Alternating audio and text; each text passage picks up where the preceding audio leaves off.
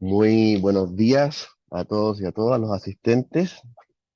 Muchas gracias por su puntualidad y por querer ser parte de esta transferencia técnica. El día de hoy eh, tenemos el honor de contar con la presencia de Paula Cortés y Humberto Marín. Paula Cortés Montenegro es psicóloga, magíster en psicología social, profesora de la Universidad de Utrecht, Universidad Amsterdam, disculpa, pero en estos momentos está en los Países Bajos, en Ámsterdam, así que es una conferencia nacional e internacional, así que agradecemos que se haya hecho el espacio, ya hay 6 horas de diferencia, así que muchas gracias por eso. Y también nos acompaña Humberto Marín Uribe, quien es psicólogo, es doctor en psicología social y magíster en salud mental en catástrofes de la Universidad Complutense, ¿cierto? Y también es miembro de la Sociedad Chilena de Psicología de Emergencia y Desastres. Paula es la autora del manual PAP ABCDE y Humberto también es coautor de este manual y también ellos hicieron el capítulo de emergencia y desastres de nuestro manual de psicología del envejecimiento y personas mayores junto con Rodrigo Figueroa. Así que esta sería la segunda instancia.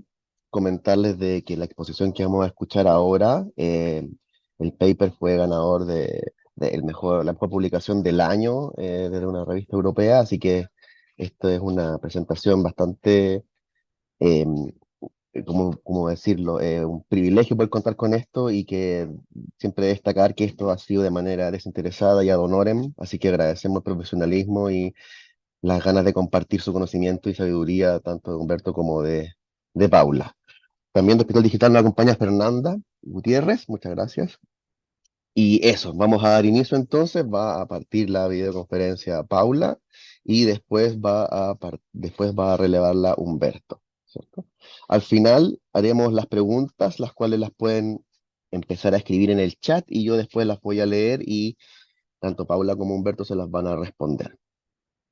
Así que muchas gracias a todos y a todas y vamos a iniciar.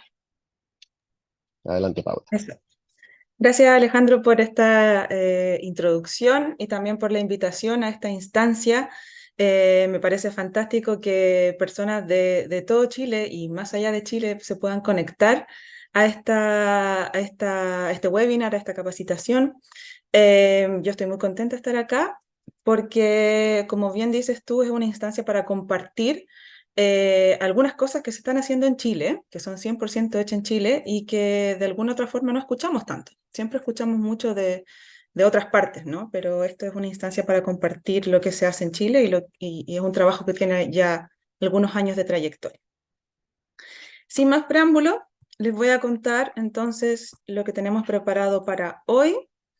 Eh, a grandes rasgos vamos a cubrir dos grandes temas, que son primero el estudio de PAP del protocolo ABCDE, en donde yo en la primera parte les voy a contar fundamentos y evidencias de este estudio, y luego es el turno de Humberto para contarles el protocolo en más detalle. Eso quiere decir en qué consiste este modelo ABCDE, qué significan todas estas letras, y también dándole un enfoque de, bueno, cómo lo aplicamos en personas mayores, que eso también es el otro tema que nos convoca hoy.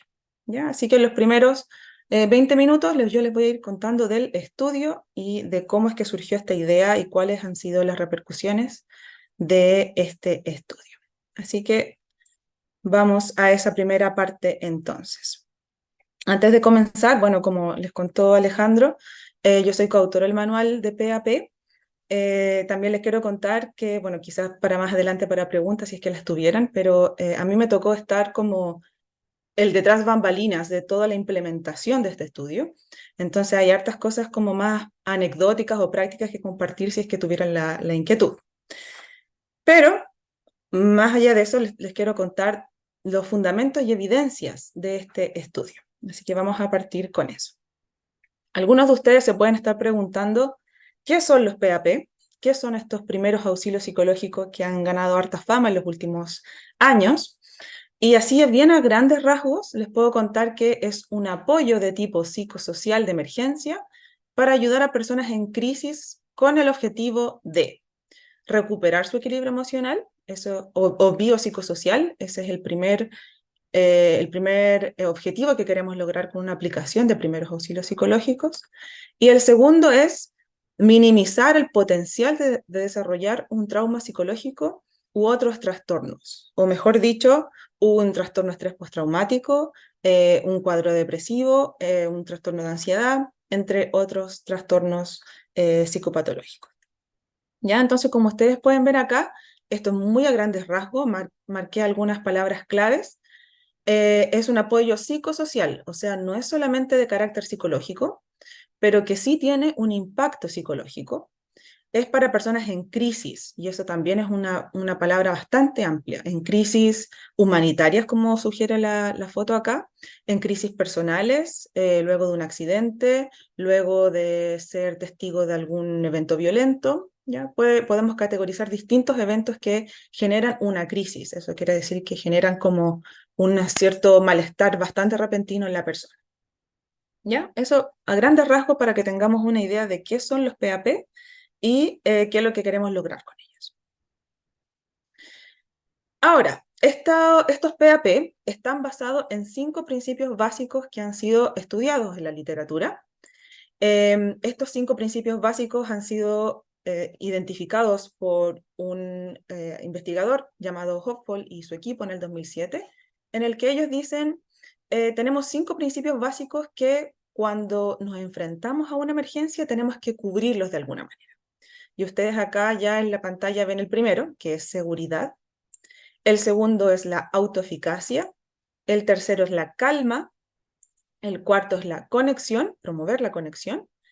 Y el quinto es la esperanza. Estos, estos 5 elementos se consideran para alguna emergencia en el corto plazo o en el mediano plazo. Algunos hablan por sí mismos, ¿no? Seguridad tiene que ver con promover que la persona se sienta al menos en un ambiente seguro a nivel físico y psicológico. Ese es bastante más fácil de comprender. Pero, por ejemplo, el de autoeficacia quizás no es tan intuitivo para las personas que están aquí, si es que no son psicólogos, que es un término bastante común en psicología, que tiene que ver básicamente con asegurar de que la persona sienta que puede hacer cosas por sí mismo y que las cosas que hace, las actividades que haga para recuperar su calma, sean percibidas como efectivas. Eso quiere decir, por ejemplo, que la persona sea capaz de tomar el teléfono y llamar a sus familiares y contarles que un familiar ha fallecido, por ejemplo. Ser capaz de hacer eso promueve la autoeficacia en las personas. El otro es la calma, que también es bastante simple el concepto, promover la calma de las personas. La conexión, que es algo sumamente importante, que tiene que ver con promover que las personas recobren sus redes o sean capaces de restablecer nuevas redes. Y el quinto es la esperanza, entonces, que es promover algún contexto en que la persona sea capaz de darse cuenta que se puede salir adelante, que van a haber formas de desarrollarse en el futuro, de que algunos aspectos del problema se pueden solucionar, no todo, por supuesto, pero hay algunas cosas que sí se pueden hacer y que sí nos van a ayudar a restablecer este estado biopsicosocial anterior al evento. ¿Ya? Entonces, estas ideas generales son en las que se basan los PAP. ¿Y cuál es la conexión aquí? La conexión es que cualquier intervención de primeros auxilios psicológicos tiene que asegurarse de promover estos 5 elementos. Esa es la idea básica de estas primeras diapositivas. En este ejercicio de cómo bajar o de operacionalizar estos elementos es que surgen algunos esfuerzos por concretar aún más estos 5 elementos. Y con ello surgen, estoy hablando antes de 2015 hacia atrás, algunos manuales, algunas guías que nos dicen que, por ejemplo, esta es la primera ayuda psicológica de la OPS, que observar, escuchar y conectar son estos 3 elementos que tenemos que tener en cuenta para aplicar PAP en un contexto humanitario. Hay otras guías, como la que ven ustedes acá en amarillo y azul. Esta es de el National Child Traumatic Stress Network, que vendría siendo, es una organización en Inglaterra, si que no me equivoco, que busca también operacionalizar estos principios. ¿Ya? Hasta aquí todo suena bastante bien, todo suena bastante lógico. Sin embargo, hasta 2016 había un problema no menor en el ámbito de la medicina, de la psiquiatría y de la ciencia psicológica, es que el problema es que ninguno de estos modelos había sido probado. Yo les dije que el modelo de los 5 elementos de Hopful había sido estudiado en la literatura, eso es cierto, pero a modo de observación, ¿no? Se observó que en ciertas circunstancias estos elementos surgen. Sin embargo, no habían sido probados, y esto es al siguiente nivel. Probado significa que realmente esto funcione, que funcione para restablecer el nivel biopsicosocial, para prevenir trastornos psiquiátricos, etc. Ese es el problema al que nosotros nos enfrentamos algunos años atrás, ¿no? En teoría, los PAP ayudan a promover la resiliencia, sin embargo, no teníamos pruebas de ello. Y es así como surge la idea de este estudio que nosotros armamos en el año 2015, 2016 y 2017, donde queríamos responder estas preguntas. Primero, ¿es seguro y factible aplicar PAP? Segundo, ¿ayudan realmente a calmar las primeras reacciones después del evento? Y tercero, ¿ayudan a prevenir el desarrollo de psicopatología? Más que nada, el desarrollo de un TEPT, esto quiere decir de un trastorno de estrés postraumático. Ese es el desafío que nosotros nos pusimos como equipo en el año 2015 y lo que yo les voy a contar a continuación son es básicamente cómo lo hicimos, el procedimiento, cuáles fueron las razones, el diseño del estudio y también, por supuesto, las conclusiones. Todo lo que yo les voy a contar a continuación lo pueden leer en inglés, sí, en esta publicación a la cual pueden acceder con este código QR, que es la publicación que está publicada en el Journal del European Psychotraumatology. ¿Ya? Lo que yo les voy a contar a continuación lo pueden encontrar ahí. ¿De qué se trató todo esto? Bueno, queríamos probar los PAP, pero para probarlos necesitamos compararlos con otra intervención. Por razones éticas teníamos que ofrecer algún otro tipo de intervención para las personas afectadas, así que revisando la literatura decidimos que íbamos a comparar primeros auxilios psicológicos en contraste con psicoeducación. Y ahí ustedes ven que dice randomizado. Eso quiere decir que la asignación de los participantes a uno o al segundo grupo fue randomizado, fue aleatorio. ¿Ya? Nosotros no decidimos quién se iba a cuál grupo. Esto fue hecho en 5 servicios de urgencia de la región metropolitana. Y eso también es una gran fortaleza de nuestro protocolo porque no es en laboratorio, no es en una situación experimental pura, sino que es donde realmente están sucediendo las crisis. ¿Ya? Y por eso que nosotros lo pensamos de esa forma y nuestro equipo asistió a 5 diferentes servicios de urgencia de la región metropolitana de Santiago.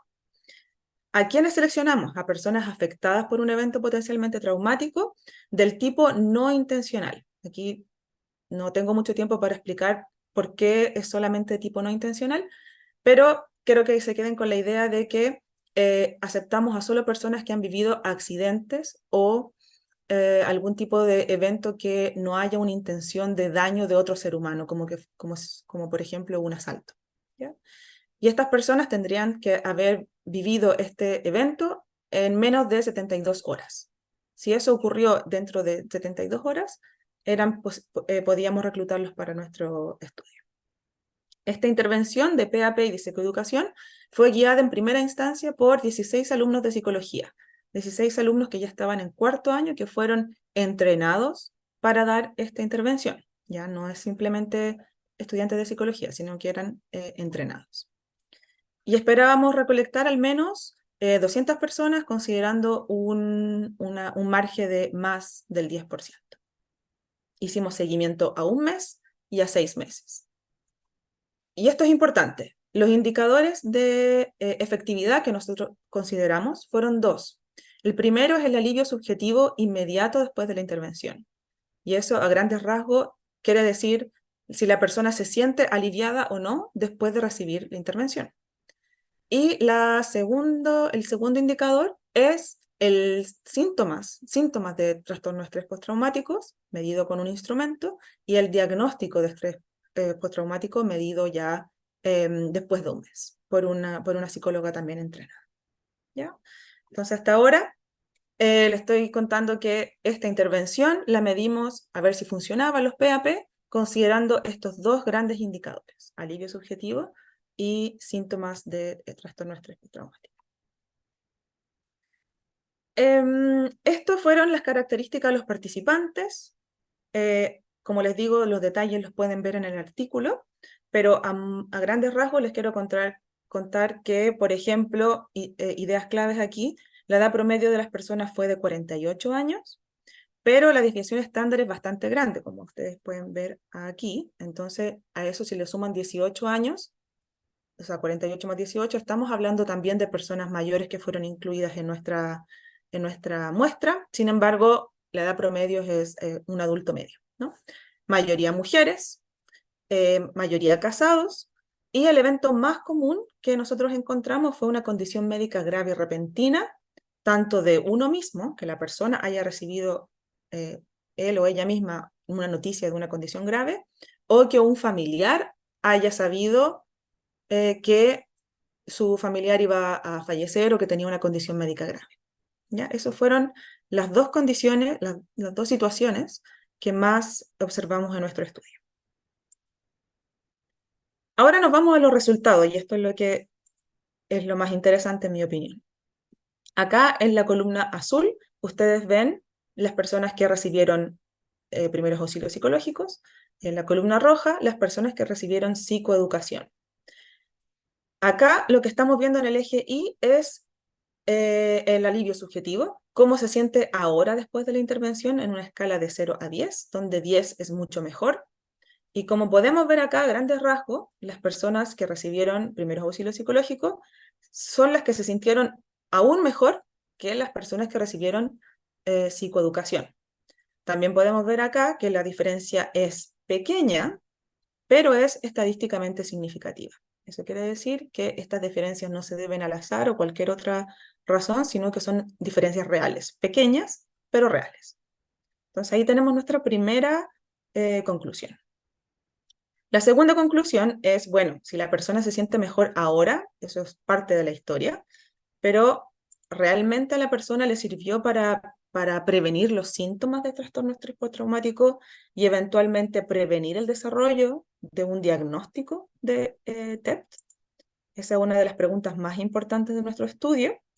Y acá se muestran los resultados, también se los voy a explicar. Son los resultados de los síntomas de trastorno de estrés postraumático.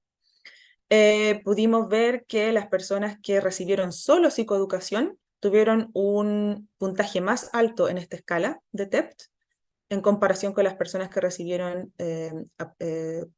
primeros auxilios psicológicos. Y esta diferencia es un poco más grande que la anterior y también es estadísticamente significativa.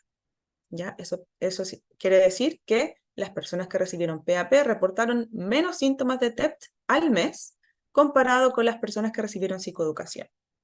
Sin embargo, este efecto no se pudo observar a los 6 meses. Entonces, es un efecto que al menos en nuestra muestra, considerando nuestras condiciones, solo pudimos observar al mes, como en el mediano plazo. Ahora, en relación al diagnóstico de trastorno de estrés postraumático, no se encontraron diferencias significativas entre los grupos. Eso quiere decir que no podemos decir con certeza que los primeros auxilios psicológicos entre nuestro protocolo ayudan a prevenir el diagnóstico como tal de TET.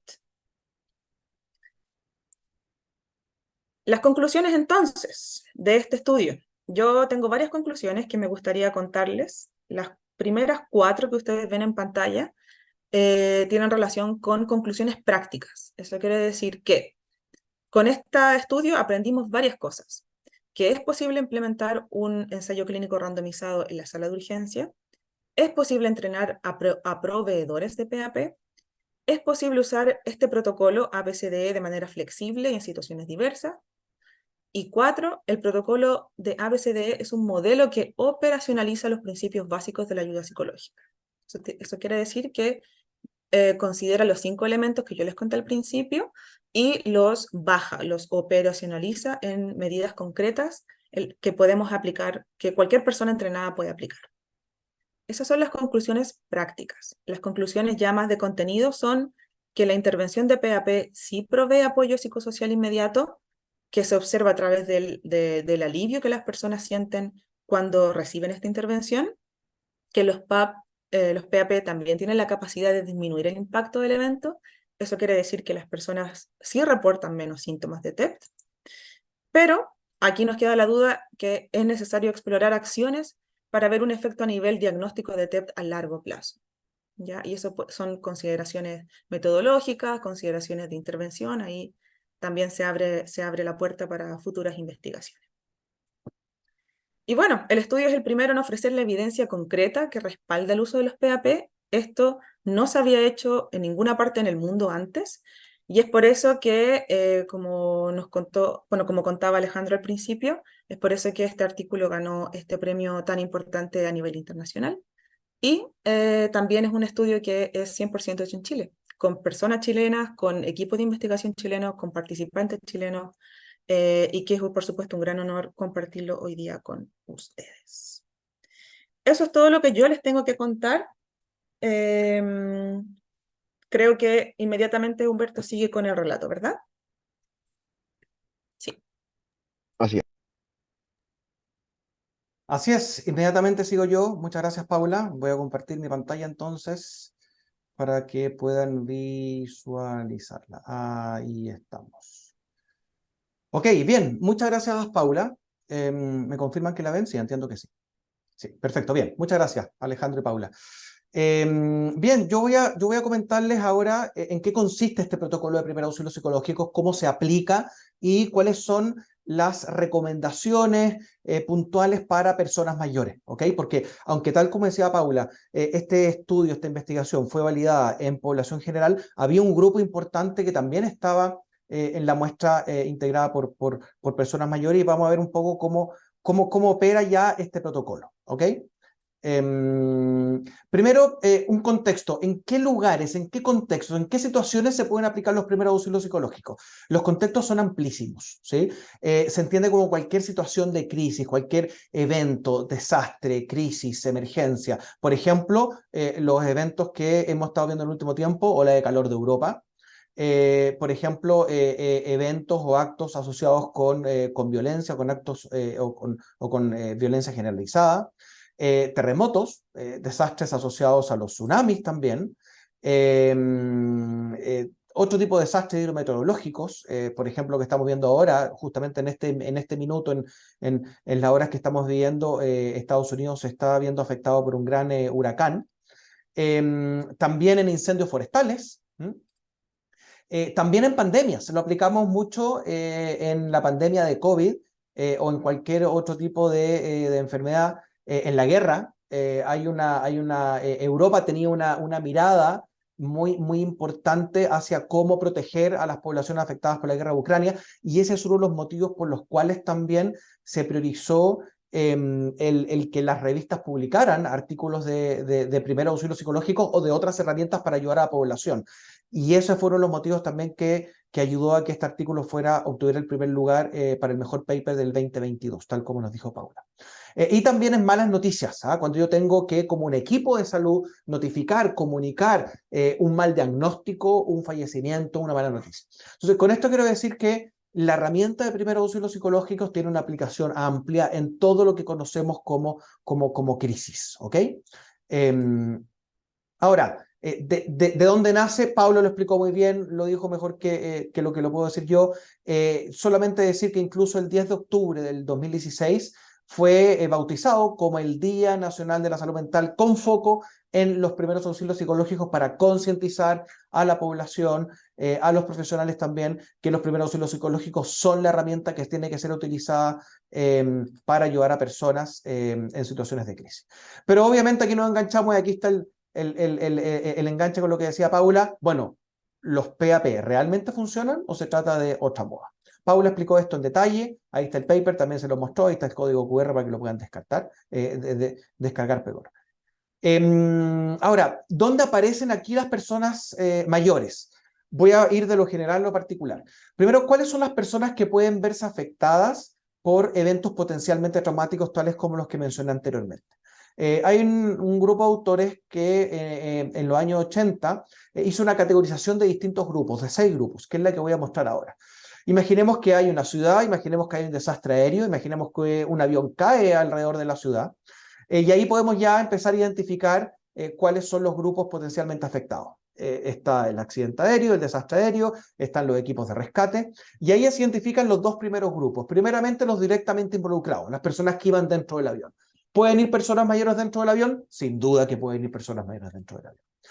Después los familiares de los directamente involucrados, o sea, aquella persona que fue a dejar a su familiar al aeropuerto, que se devolvió a casa y cuando iba de regreso lo ve en las noticias, ve la notificación, se entera por redes sociales, etc. Siguiente grupo, los equipos de rescate, incluso quienes participan a distancia, los equipos, por ejemplo, operadores telefónicos. Siguiente grupo, la comunidad cercana, obviamente la familia que vive cerca del aeropuerto, que vio cómo cayó el avión, cómo precipitó el avión. El siguiente grupo, quienes conocen a través de los medios de comunicación. Y el siguiente grupo, aquellos que, fíjense, debiendo haber estado, no estaban. Los pasajeros que perdieron el vuelo, el personal que cambió de turno, en fin, personas que debiendo haber estado no estaban. Y fíjense que en todos estos 6 grupos podemos tener y contamos con personas mayores participando en cada uno de ellos, ¿ok? Pero adicionalmente, los autores también hablan de los grupos especiales, grupos de cuidado especial. Y un grupo específico de cuidado especial son los niños y las personas mayores, entendido como los extremos etarios, ¿ok? Los extremos etarios. Entonces, estamos viendo que en la realidad de la ocurrencia de emergencias, desastres, crisis y situaciones potencialmente traumáticas, aparecen las personas mayores en múltiples grupos. ¿Qué vamos a aplicar entonces? Primeros auxilios psicológicos, esa es la portada del manual. Después les vamos a entregar un código QR donde lo pueden descargar tanto en español como en inglés. La descarga es absolutamente gratuita. Ustedes se pueden entrenar de manera absolutamente gratuita utilizando todo el material que está disponible en internet. Hay videos, hay sesiones de preguntas y respuestas, etc. Pero ahora les voy a entregar y les voy a colocar foco en el protocolo en qué consiste, ¿ok? Una advertencia, esta es una charla que dura 20 minutos con respecto a primeros auxilios psicológicos. Ustedes con esta charla no van a quedar entrenados en primeros auxilios psicológicos, ¿ok? La recomendación es que inviertan al menos 20 o 22 horas en estudiar concienzudamente el material. Primero auxilio psicológico. Primero, ¿por qué se llama ABCDE? Porque en su diseño hicimos algunos grupos focales con personas que iban a ocupar los primeros auxilios psicológicos, con emergencistas, con bomberos, con policías, con personal de salud, con personal de seguridad, con personas que están en interacción directa con personas que han vivido crisis. Y una de las cosas que nos decían, yo me acuerdo de esos focus groups, decían, mira, esta cuestión tiene que ser simple, tiene que ser algo muy fácil de aplicar, fácil de recordar, tiene que ser algo que no se nos olvide, tiene que ser algo que converse con la lógica de la atención de emergencia, atención de urgencia, atención de crisis. Y es así como maravillosamente se nos ocurrió un acrónimo que sigue la misma secuencia de otros acrónimos. Quienes trabajan en emergencias, en atención prehospitalaria, conocerán y reconocerán que ABC, ABCDE es una lógica que sigue otras técnicas y otras herramientas y por eso lo utilizamos.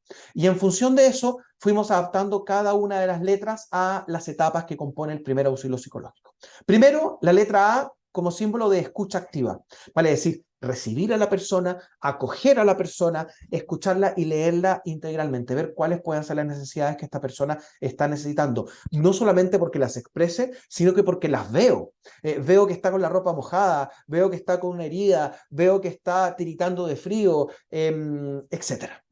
Escucha activa, no solamente escuchar, sino que también percibir integralmente a la persona. Es una escucha un poquito más allá de lo convencional o de lo que el nombre dice, ¿ok? Y las 2 subtécnicas que utiliza son la técnica del reflejo y del parafraseo. Todas estas cosas ustedes las pueden ver en detalle en todo el material que está disponible.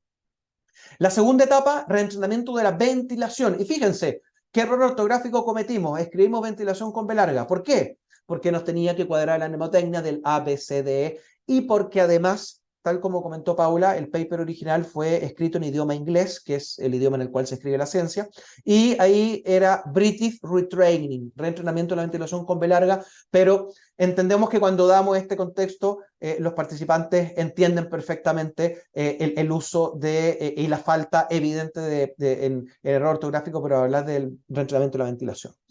La siguiente etapa es la categorización de necesidades. Las personas afectadas por eventos potencialmente traumáticos por crisis no solamente tienen un impacto desde el punto de vista emocional, que es el que más se conoce, sino que también tienen un impacto, consecuencias en lo físico, en la relación con otros y en lo cognitivo.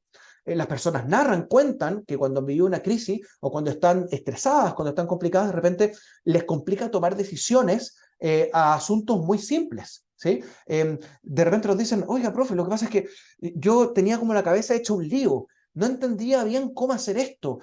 Incluso fíjese, yo tantas veces que le he hecho la maleta a mi hijo cuando lo hemos ido de viaje, me quedé frente a la maleta porque tenía que llevarlo al hospital y no sabía qué hacer, qué colocar primero, qué colocar segundo. Eso es una respuesta esperada. Sabemos que las personas, que los seres humanos que vivencian eventos potencialmente traumáticos, tienen impactos no solamente en la esfera emocional, sino que también en la esfera interpersonal en relación con otros, con otras personas, en lo físico, sudor, tiritones, etcétera, pero también en lo cognitivo. Y es por eso que los primeros auxilios psicológicos deben hacerse cargo y se hacen cargo de estas 4 dimensiones. No solamente lo emocional, no es solamente soporte emocional. Los primeros auxilios psicológicos son emocional, físico, cognitivo y en relación con otros, ¿ok? La tercera letra hace referencia justamente a esto, a la relación con otros, a la derivación a redes de apoyo. Todas las actividades o la mayor parte de las actividades que ya categorizamos en la letra C, que las ordenamos, que las priorizamos, tienen que enganchar, tienen que buscar y tienen, en general, la experiencia muestra alguna red de apoyo que le pueda prestar asistencia. Por red de apoyo nos referimos a familiares, amigos, compañeros de trabajo, redes de apoyo gubernamentales, comunales, de la intendencia, la gobernación, a nivel nacional, a través de redes sociales, cualquier red de apoyo que la persona en ese momento no esté visualizando y que nosotros podamos ayudar a contactar, ¿sí? Personas que habitualmente viven eventos de esta naturaleza no son personas que habitualmente usen el sistema público o los sistemas de recursos públicos que existen en los países o en las comunidades. Y por tanto los desconocen que existen. Entonces, el rol del proveedor de primer auxilio psicológico debe ser colocar en contacto a la necesidad ya categorizada con la red de apoyo que le pueda ayudar, insisto, sea familiar, gubernamental, a nivel comunal, nacional, etc. Y por último, la letra E hace referencia a la psicoeducación. ¿Qué es la psicoeducación? La psicoeducación es poder alertar, poder comunicar a la persona por adelantado cómo va a evolucionar, cuáles son los signos y señales de cómo está respondiendo en este minuto, en este tiempo, cuáles son las banderas. En psicología, en salud mental, hablamos de banderas amarillas o banderas rojas. O sea, ante qué señales debe pedir una consulta, debe estar más alerta, etcétera. ¿Okay? Esto en la psicoeducación ya venía desde los primeros protocolos en ese tiempo no se llamaba primer auxilio psicológico, se llamaba intervención en crisis, era un modelo distinto que postuló Kaplan y otros autores por ahí por los años 30, años 40. ¿Okay? Ahora, este protocolo, que yo se lo explico de manera lineal, A, B, C, D, E, A, B, C, D, E, el único objetivo que está explicado de manera lineal es que para el proveedor no se le olvide. Y no se olvide cuál es la etapa que viene. Y sepa que después de la A viene la B, la C, la D, la E. ¿Ok? Pero en realidad, cuando estamos en terreno, cuando estamos en campo, esto preferimos explicarlo como una estrella. ¿Ok? Con mucha flexibilidad, donde siempre la persona afectada está al medio.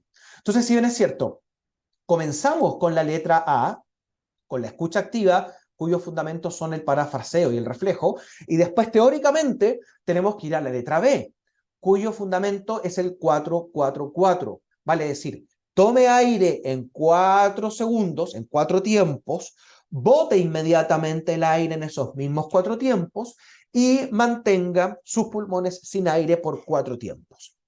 Y esta secuencia de 4-4-4, repítala por 5, 6, 8 minutos, ¿ok? La idea es que aquí el proveedor haga el ejercicio junto a la persona que está recibiendo el primer auxilio psicológico para enseñarle a través de un modelamiento. ¿Ok? Aquí después, en alguna lámina más, porque ustedes quizás tengan alguna duda y me digan, oiga, profe, pero ¿no era esto al revés? ¿No era de tomar aire, mantener los pulmones por aire y después botar el aire? No, la investigación ha visto que es lo contrario, que es inspirar, botar y mantener los pulmones sin aire. ¿Por qué? Porque lo que necesitamos hacer a la persona es desactivarla, es bajarla. ¿Ok? Y les voy a mostrar una siguiente lámina de algunas investigaciones con respecto a eso. Después nos vamos a la letra C, teóricamente, categorización de necesidades. Ayudar a la persona a ordenar las cosas que tiene que hacer. Darle un orden a las cosas que tienes que hacer, colocarla por escrito. ¿Qué es lo que vamos a hacer ahora? ¿Qué vamos a llamar primero? ¿Cuál es el trámite que tiene que hacer primero? ¿Ok? Y después cada una de esas cosas obviamente se relacionan con alguna red de apoyo que puede ser familiar, personal, comunal, ya lo dijimos. Y después nos vamos por último a la última etapa, letra E, que es la psicoeducación, y ahí cerramos el ciclo. Ahora, ¿por qué esto lo ejemplificamos como una estrella? Por lo siguiente. Imaginen que ustedes están aplicando PAP a una persona que acaba de sufrir un siniestro de tránsito, por ejemplo. Ustedes están terminando la etapa, le están dando las últimas recomendaciones de psicoeducación, se están despidiendo de la persona ya se va en la ambulancia, se va al hospital, donde sea. Ustedes están pronto a retirarse del lugar y antes que se retiren, se acerca otra persona que ustedes no conocen. Les toca el hombro y les dice, oiga, perdón que lo moleste, perdón que lo interrumpa, pero yo sé que es mala educación meterse en las conversaciones de las personas, pero yo estaba muy atentamente escuchando esto que usted le decía a esa persona que vivió el siniestro de tránsito y le decía las cosas que le pueden pasar, esto es los dolores de guatita, de los dolores de estómago, de los dolores de cabeza, la recomendación que le hacía a usted esto de la respiración. Yo no me metí más en la conversación, pero pucha, a mí me interesa saber eso. ¿Usted me podría contar un poco más? Lo que nos está pidiendo la persona directamente es que le apliquemos primer auxilio psicológico entrando directamente a través de la etapa de psicoeducación o de reentrenamiento a la ventilación. En esa situación, ¿qué es lo que hacemos nosotros? Evidentemente, le explicamos y entramos al protocolo con esa etapa. No es que tengamos que decirle, ok, perfecto, ningún problema, pero resulta que este es un protocolo que se llama ABCDE, entonces por favor siéntese ahí y comencemos con la letra A. No, eso sería un error, ¿ok? Por eso hay que aplicarlo con mucha flexibilidad, siempre con la persona afectada en el centro y pensando en qué es lo mejor para esa persona en ese minuto. Si la persona nos pide entrar con la letra E de psicoeducación o con la letra B de ventilación, entramos con esas letras al protocolo y después vamos cambiando o vamos moviéndonos en función de las etapas según lo que veamos. Que una persona nos dice que no quiere aplicar la letra B de ventilación, ningún problema, nos saltamos esa etapa. No hay ningún problema y le decimos, ok, entiendo que quizá usted no quiera en esta oportunidad aplicarla, pero que sepa que es una herramienta, es una técnica que le ha sido de ayuda a muchas otras personas y que le puede también ser de ayuda a usted. Si lo quiere retomar en algún minuto, lo hacemos sin ningún problema. Si una persona se niega a recibir primer auxilio psicológico, le decimos lo mismo. Esto no es obligación. Esto no es obligación. Había una técnica hace mucho tiempo, que se llamaba el debriefing, en la cual en una de las etapas se obligaba a que todos participaran. Se ha visto que obligar a que personas participen en protocolos de esta naturaleza puede ser iatrogénico para algún grupo de personas. Los protocolos son siempre algo que se ofrecen, nunca algo que se obliga. ¿Ok?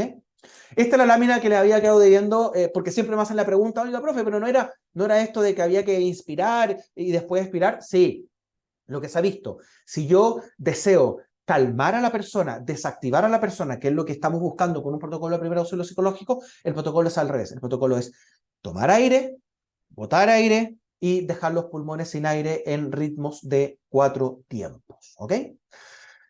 Hay algo muy importante, es el criterio PAREN de derivación. ¿Qué pasa? En algunas oportunidades, no siempre, en pocas oportunidades, pero en algunas, nuestras personas que están recibiendo los primeros auxilios psicológicos van a tener comportamientos extraños. Y esos comportamientos no necesariamente van a cumplir la evolución o el desarrollo esperado de un ser humano que está viviendo un evento potencialmente traumático. ¿Ok? Cuando eso suceda, lo que tenemos que aplicar es PAREN. ¿Qué es PAREN? PAREN es otro acrónico más que le va a ayudar a usted como proveedor de primer auxilio psicológico a saber cuándo solicitar ayuda a un profesional de la salud mental o a un profesional de la salud en general, ¿ok? Manteniendo en lo posible el apoyo. No es que yo le diga a la persona afectada, es que usted tiene un signo de PAREN, entonces por favor quédese aquí, no se mueva y le voy a mandar una interconsulta que viene en tiempo más. No, la idea es sin O sea, la idea es, manteniendo el apoyo, pedir una evaluación lo más rápido posible. ¿Qué es lo que puede pasar? ¿Cuáles son los signos, los elementos que nos van a llevar a activar un parent? Ojo, puede ser cualquiera de estos, puede ser uno, no es necesario que sean todos, ¿ok? Primero, cuando nos encontramos con una persona que está con una notable pérdida de contacto con la realidad. Es una persona que no sabe qué día es hoy, cómo se llama, dónde está, que puede estar viendo o escuchando cosas que realmente no existen, etcétera. Cualquier tipo de o sea, cualquier comportamiento de esa naturaleza no es una persona que esté llevando su respuesta de una manera óptima y por tanto requiere ser evaluada para ver cuál es el origen de ese comportamiento extraño que tiene, ¿ok? Esto es una charla dirigida a un público amplio, por eso que utilizo el lenguaje, o voy a utilizar un lenguaje más bien amplio y comprensible para todos quienes están conectados, ¿bien? Segundo, agresión. Cuando yo tengo una persona que responde de manera muy agresiva, con golpes, con insultos, tampoco va a ser posible seguir aplicando primeros auxilios psicológicos, desde luego, ¿ok? Y la agresión tampoco es una respuesta esperada en personas que han vivido crisis. ¿Qué es lo que puede haber? Puede haber una persona que de repente, no sé, si estamos en la vía pública, le pega una patada a un árbol, le pega una patada a un semáforo, de un golpe en la mesa, pero sobre lo mismo la persona puede decir: sí, perdón, estoy un poco descontrolado, esto me tiene fuera de sí, perdona, te pido excusa, déjame caminar para refrescarme. La misma persona se da cuenta, digamos, y se autocontrola y se autorregula, ¿ok? Pero cuando eso no sucede y son eventos agresivos que van increciendo en nivel, en impacto y en agresividad, tenemos que llegar a un momento en que esa persona tiene que ser evaluada o incluso pedir asistencia de los equipos de seguridad. Los primeros auxilios psicológicos ayudan, tal como dijo Paula, científicamente, pero no hacen maravillas y tienen que ser aplicados en un contexto también de ayuda, de apoyo, donde no ustedes estén solos, sino que ustedes estén idealmente con otros equipos de salud mental, de seguridad, etc.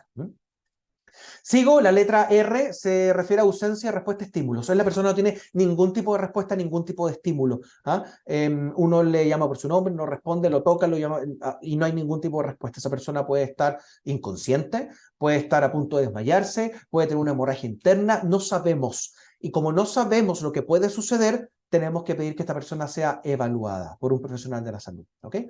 La letra E, ese estado estuvo en tratamiento de salud mental. Esto es una medida preventiva de precaución. Algunos de ustedes podrán pensar: oiga, profe, pero con esto casi todos tenemos que ser activados con PAREN. Sí, eventualmente podría ser, pero ¿por qué? Porque sabemos que las personas que que estuvieron en algún tratamiento de salud mental tienen una mayor vulnerabilidad. Entonces necesitamos evaluar precisamente y hacer una evaluación uno a uno, un poco más cercana. Y por último, la letra N, que no se reducen los síntomas, ¿ok? Es que pasado un tiempo, aquí un tiempo puede ser muy relativo, pueden ser 7 días, 14 días, los síntomas no disminuyen ni en frecuencia ni en intensidad. Con esto, ¿qué es lo que quiero decir? Que los seres humanos tenemos mecanismos de defensa, tenemos sistemas de responder habitualmente ante estas crisis, el recorrido esperado es que los signos y síntomas vayan disminuyendo tanto en frecuencia como en intensidad a medida que van pasando los días. Si esto no sucede o aumenta, también es un motivo para activar un PAREN. Recuerden, para activar un PAREN no requiero de los 5, requiero solamente de 1. Y requiero solamente de sospecha de 1. O sea, si yo tengo la sospecha al menos, si yo tengo la duda de que alguno de estos puede estar sucediendo, activo inmediatamente un PAREN y pido que esta persona sea evaluada. ¿Por qué? Porque si me quiero equivocar, si me puedo equivocar, siempre la recomendación es equivocarme a favor de la persona y no en contra de la persona. Lo explico de otra manera. Si yo activo un PAREN por error, no voy a cometer ningún daño a la persona. Pero si no activo un PAREN debiendo haberlo activado, puedo colocar incluso en juego la vida de la persona. Últimas láminas para ir terminando ya esta etapa y comenzar con la etapa de preguntas. ¿Qué hacemos en personas mayores? ¿Cuál es la bajada? ¿Cuál es la recomendación para personas mayores? Primero, se ha visto que los eventos potencialmente traumáticos, emergencias, desastres, tal como los vimos, afectan a todas las personas, pero podrían tener impactos distintos en las personas mayores, ¿ok? Impactos distintos que pueden ser positivos o negativos. De hecho, ¿qué es lo que se ha visto? Y esto aparece en el manual. Los que quieran ver más detalle de esto lo pueden ver en el manual, en el capítulo que hacía referencia a Alejandro, que les voy a dejar también el QR después para que lo puedan descargar. Fíjense, la edad por sí sola La edad por sí sola no es un determinante de mayor vulnerabilidad en salud mental, sino que lo es la interacción de diversos factores de riesgo con factores protectores. ¿Ok? O sea, no es que las personas mayores estén condenadas a tener una mala evolución, no, es cómo las personas mayores interactúan con sus factores de riesgo y sus factores protectores. En el manual aparecen detallados cuáles son, les invito a que revisen el capítulo. ¿Ok? Recomendaciones prácticas, llámelo por su nombre o pregúntele sencillamente cómo lo llame. Evite llamarle tata, abuelo, no, pregúntele cómo quiere llamarlo, llámelo directamente por su nombre. Si usted tiene un respeto especial por las personas mayores, trátelo usted. O pregúntele directamente si lo puede tutear. No grite, hable normalmente. Estos son vicios que nosotros de repente tenemos. A mí me ha tocado ver personas aplicando primeros auxilios psicológicos, por ejemplo, con adultos, y de repente cambian a una persona adulto mayor, a una persona mayor, y empiezan a gritar, no siendo necesario que griten, incluso teniendo audífonos. ¿Ah? Si tiene un audífono, perfectamente puede estar calibrado al volumen de la conversación ambiente. Y por último tip de esta lámina es experiencia. Una de las grandes fortalezas que tienen las personas mayores es la experiencia y por tanto utilícela para fomentar la comunidad y el sentido de la comunidad. Eso es un factor protector específico y especial en personas mayores. Cito, tal como sale en el manual y en el capítulo de salud mental de personas mayores en situaciones de emergencias. Ahí está la cita. Las medidas clásicas, reuniones vecinales, patrullajes, fomentaron un sentido de comunidad y los involucraron a las personas mayores a participar en el proceso de la toma de decisiones. Mientras que los métodos más crecientes, redes sociales, Twitter, Facebook, WhatsApp, cobertura televisiva, etcétera, carecían de ese sentido de comunidad para aquellas personas, lo cual los llevaron a sentimientos de desconexión, desconfianza y aislamiento. Recuerden, las redes sociales ayudan, sí, pero no son lo único. Y cuando estemos tratando con personas mayores, tratemos de utilizar elementos que son más tradicionales de generar esta comunidad, porque ese es un factor protector para esas personas. Siguiente lámina con recomendaciones específicas para personas mayores. Las personas mayores, al igual que todos los seres humanos, tenemos debilidades y tenemos habilidades. Potencie las habilidades que tienen cada una de ellas, ¿ok? Apoyo familiar versus apoyo formal, también lo dijimos de alguna manera. Voy con la cita del capítulo. El apoyo social proveniente de un familiar, fíjense, el apoyo social, el apoyo psicosocial proveniente de un familiar mitigó el impacto negativo del evento, pero el apoyo social de personas externas se asoció a un mayor deterioro, ¿ok? Entonces, si podemos elegir quién está con la persona mayor o quién aplica el primer auxilio psicológico, ojalá que sea una persona de su círculo familiar, si tenemos la posibilidad de elección. O aplicar el primer auxilio psicológico con el familiar presente, también puede ser de ayuda, ¿ok? Un factor de resiliencia en personas mayores es el apoyo social, recibir y entregar. Y aquí hay un tip, una recomendación que lo he visto yo cuando hay de repente personas albergadas, es el uso, el agrupar a niños con personas mayores. Suele ser de ayuda tanto para ambos grupos. Obviamente estamos hablando de personas mayores que sean independientes, que no requieran mayor ayuda. También cuando se le asignan misiones o tareas, eso también ayuda a promover sus fortalezas más que sus debilidades. Es un tip, una recomendación que yo lo he visto en la experiencia, funciona bastante bien. Y por último, considere y evalúa las condiciones de base o condiciones crónicas que sabemos están presentes en personas mayores. El acceso limitado a medicamentos y servicios de salud puede ser un estresor adicional, tal como lo dijeron estos investigadores después del terremoto y tsunami de la costa noreste de Tohoku en Japón. El acceso limitado a medicamentos, el acceso limitado a medicamentos y servicios de salud después del tsunami de Tohoku se asoció con un aumento significativo de los síntomas del trastorno de estrés postraumático. Con esto que lo que hemos tratado de bajar, de personalizar la aplicación de los primeros auxilios psicológicos con recomendaciones precisas en personas mayores. ¿Quieren saber más de esto? Ahí está el código QR, ahí está el link, ustedes saben cómo hacerlo, pueden descargar el manual totalmente gratuito, tanto en inglés como en español, pueden ver los videos, sesiones de preguntas y respuestas, hay bastante material para que puedan estudiar o saber más. Y si quieren saber más de personas mayores y saber en qué parte están las viñetas y el capítulo completo que lo explica esto de una mucho mejor manera, ahí también está la guía del envejecimiento, que tiene un capítulo específico de salud mental en crisis. Ustedes saben lo que tienen que hacer con el QR, pinchan el QR y lo descargan inmediatamente. Don Alejandro, hemos llegado a puerto. Usted manda ahora. Excelente, Humberto, excelente, Paula. Muchas gracias por la clara presentación. Se nota que es un tema que ustedes vivirán con ellos y eso se transmite, ¿cierto? Es algo que ustedes se dedican. Comentar también que Humberto es oficial de bomberos, así que también es una persona que está en terreno, no solamente es alguien de la academia, sino que es alguien que está familiarizado con este tipo de situaciones. Y por otro lado, Paula está en Holanda, en los Países Bajos también, abordando este tema, así que hemos tenido una presentación de primer nivel con personas que van a la vanguardia con este tema, así que muchas gracias por la presentación y vamos a leer las preguntas, ¿ya? Em, la primera pregunta es respecto a si este protocolo se puede aplicar a personas mayores con Alzheimer y demencia. Perfecto, muchas gracias Alejandro. Quizás la tomo yo. Sí, específicamente, y quizás potenciando la letra A, ¿ah? Es la escucha activa. Cuando hablamos de escucha activa, es la compañía, es el estar, es el acompañar a las personas. En personas que tengan demencia, el tipo Alzheimer u otra, probablemente, o sea, evidentemente van a tener problemas de memoria, de retención, de realización de algunas tareas, de algunas actividades, pero ya recuerden lo que hablaba en las últimas láminas, las últimas dos láminas, el sentido de compañía, el sentido de comunidad, el sentido de estar, sobre todo si esto es dado también por los familiares.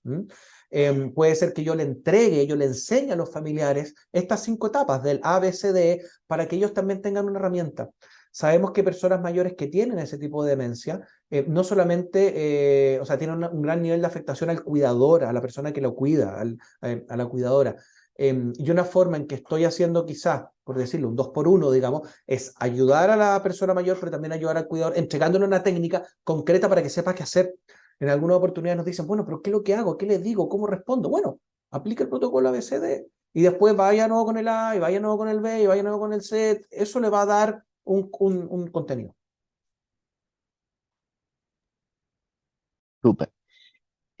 Otra consulta es en relación a cómo se debe aplicar este protocolo con personas con depresión crónica, o sea, depresión mayor, me imagino. Perfecto, bien. A ver, el protocolo PAP está pensado para un amplio espectro de personas, pero en nuestra muestra nosotros no consideramos diagnósticos previos, digamos, aunque los pudiese haber tenido. Ahora, una persona que ya está con un diagnóstico debe seguir también el tratamiento de su médico tratante, digamos, su psicólogo, de su psiquiatra, de su equipo de salud, ¿ok? Tal como decíamos, los primeros auxilios psicológicos ayudan, apoyan, pero no pueden hacer absolutas maravillas, digamos, ni tampoco son un reemplazo del tratamiento habitual. ¿Ok? Esto es una ayuda, es un apoyo específicamente para personas que viven situaciones críticas o eventos potencialmente traumáticos. No es un reemplazo. ¿Ok? Eso es muy importante. Bien. Y por último, la última pregunta se refiere también a personas mayores, sí, pero con algún tipo de discapacidad auditiva o personas no videntes. Perfecto. Una vez más lo mismo. El protocolo con las personas no videntes no requiere alguna tarea o ajuste especial. Habrá que hacer los ajustes naturales y comprensibles. Con personas que tengan algún tipo de problema de audición, habrá que evaluar caso a caso, verlo caso a caso. Podemos utilizar un intérprete, por ejemplo, un intérprete de señas, ¿sí? Es una posibilidad. También se puede hacer en alguna oportunidad escribirlo en papel. A mí me ha tocado intervenir con personas sordas y a través del teléfono, a través de un blog de notas, digamos, poder transmitir las cosas también más importantes. Y también es muy importante, ojo, el lenguaje no verbal. O sea, es tan importante el qué es lo que digo con el cómo lo digo. Y en interacción que he tenido yo con personas sordas, no solamente aplicando primer auxilio psicológico, sino que también como integrante de la familia, esas personas desarrollan una especial percepción o especial atención a nuestro lenguaje no verbal. ¿Ok? Entonces también hay que estar atento con eso. Y un tercer comentario, aprovechando también lo que está pasando en otros países, digamos, en otros lados, es cuando yo tengo que hacer primer auxilio psicológico, quizás a ustedes les va a pasar o les ha sucedido ya, con personas que no manejan el mismo idioma, la misma lengua, en este caso castellano. ¿Cómo hacerlo? Se pueden aplicar o se pueden utilizar intérpretes. A mí me tocó verlo en el atentado del 11M, donde se aplicaron, o en otros tipos de desastres, que se aplicaron o se requirió el apoyo de intérpretes para aplicar un primer auxilio psicológico o una ronda de reconocimiento de objetos u otra. Ahí también es importante considerar que el intérprete también pasa a ser una víctima más porque pasa a ser un interviniente. Entonces también con ellos deberíamos hacer alguna estrategia de limpieza, de ayuda o de primer auxilio psicológico, sin duda. Humberto, si me Paula, permite agregar que por favor. tuve un recuerdo en relación a cómo usar herramientas que nos ayuden a seguir como el paso a paso del protocolo. Y me acordé que para la etapa B, eso quiere decir para el reentrenamiento de la ventilación, nosotros usamos a modo piloto realmente aplicaciones web. Y esto fue en el año 2016, o sea, ya han pasado varios años y yo les aseguro que al año 2023 deben haber muchísimas aplicaciones que funcionan para guiar la respiración y le podemos poner la configuración de que sea instrucciones solo auditivas, no necesariamente visuales.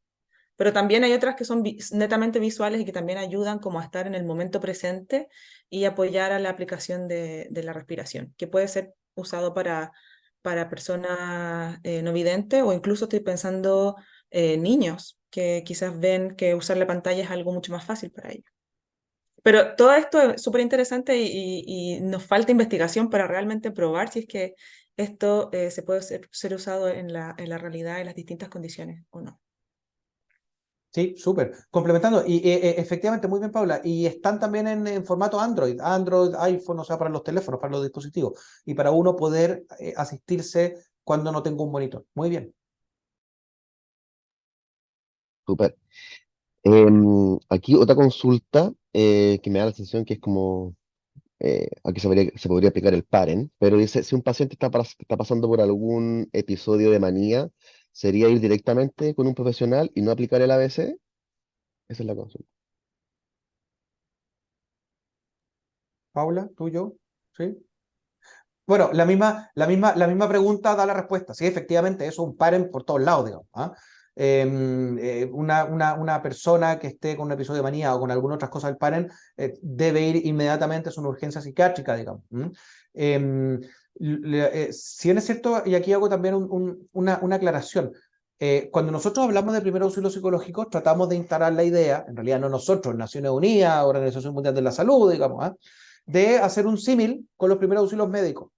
Y nosotros tenemos en la cabeza que los primeros auxilios médicos deben ser instantáneos, ahora ya. ¿Ah? De hecho, se habla de los 60 minutos dorados, la primera hora aumenta la capacidad de sobrevivencia, una persona que ha sido politraumatizada, etc. Pero cuando hablamos de primer auxilio psicológico, no son 60 minutos necesariamente, pueden ser hasta 48, 72 horas. Tenemos mucho más tiempo para brindar apoyo a esta persona. Y la recomendación es que siempre, si es una persona que ha sufrido algún politraumatismo, alguna caída, algún siniestro de tránsito, algún atropello, etcétera, una persona que ha sufrido una quemadura, se priorice su atención de salud médica, física, digamos. ¿Okay? No puedo aplicar primer auxilio psicológico si no tengo un cuerpo que esté estabilizado primero. Los primeros auxilios psicológicos pueden esperar 8, 12, 14, 24, hasta 48 horas, ¿ah? En ser aplicados. La otra recomendación también es que quizás los equipos que trabajan en atención prehospitalaria, por ejemplo, ambulancia, bomberos, policía, puedan tener o aplicar en su día a día algunos de los elementos del PAP. ¿Ah? No es necesario que yo me siente con la persona y le diga, oye, te voy a aplicar un primer auxilio psicológico. No, en la medida que estoy aplicando o realizando mis procedimientos, que estoy, en el caso de los bomberos, extricando a un paciente de un vehículo, que estoy inmovilizando a una persona para ser trasladada en la ambulancia, que estoy colocando una vía, en fin, yo puedo ir acompañando ese procedimiento médico con alguna recomendación, con alguna de las etapas, con la escucha activa, sugerir alguna de estas etapas sin ningún problema. Una consulta, bueno, evento que ocurrió en Concón, ¿cierto? En las dunas del edificio este, ¿cierto? Las personas que vivían ahí, si es que llegasen a haber habido personas mayores en ese edificio, ¿ahí correspondería aplicar PAP a las personas que quisieran o en estos casos no aplicaría?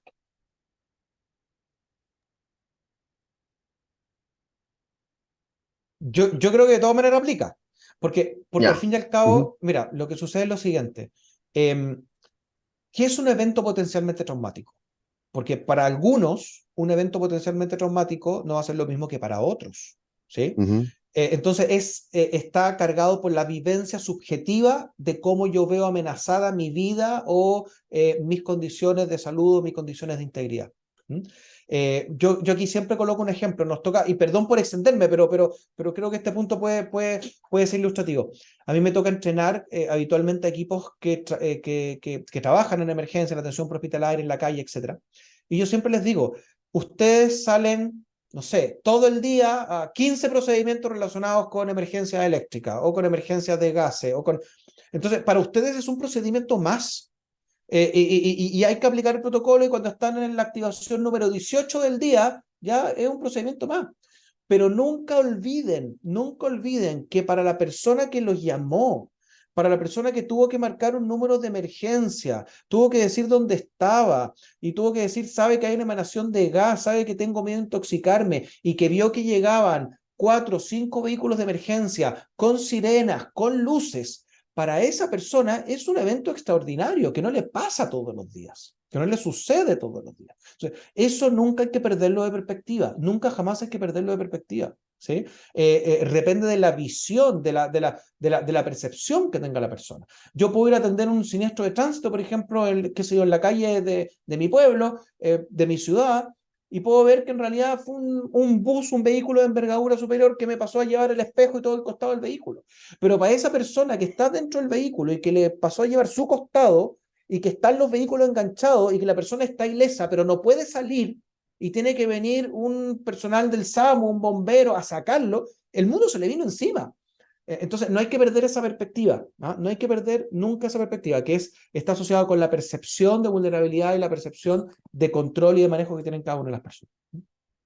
Todo eso está explicado espectacularmente en el manual, ¿ah? Tanto en el manual como en el capítulo de personas mayores también. Excelente eso que refieres, de no siempre ver a la persona, humanizar a la persona en los procesos y no verlo como un diagnóstico, una situación que a veces en la práctica, en el quehacer suele pasar, y cuando uno tiende a hablar de suicidio, ¿cierto? Uno dice, ah, pero ¿quién no se ha querido morir? Pero a lo mejor algo está pasando ahí, no es como que dejarlo pasar, ¿cierto? No hay que perder eso que estamos tratando con seres humanos y no con diagnósticos o eventos. Así que eso siempre es bueno recordarlo porque en esta práctica de la atención de pacientes uno trata de hacer frente también a tantas cosas que uno ve, pero siempre hay que tener presente que hay una persona que lo puede estar pasando mal. Eso, pues, no hay más consultas. Ha sido una presentación brillante, la gente ha estado muy satisfecha.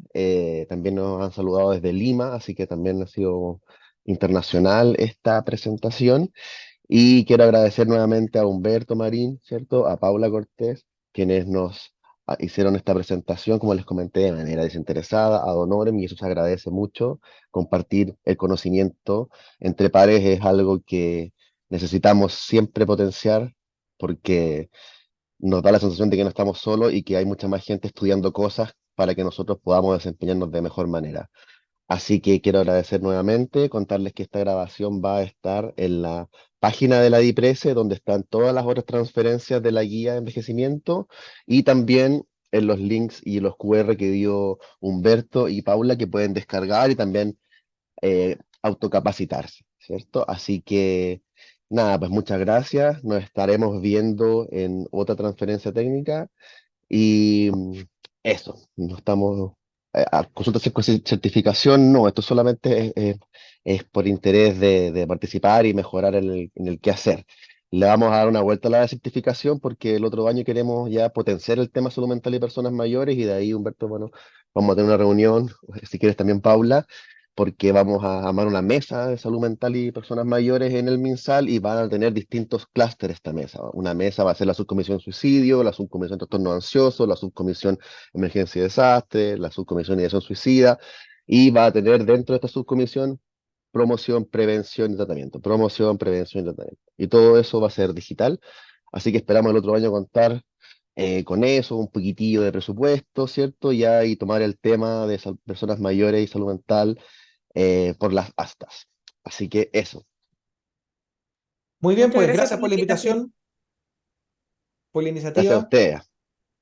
y hasta la Muchas gracias a próxima. ustedes. Hasta la próxima, que estén bien. Nos Nos vemos. Hasta vemos. luego. Chao, chao. Chao, Chao, chao. chao, gracias. Chao.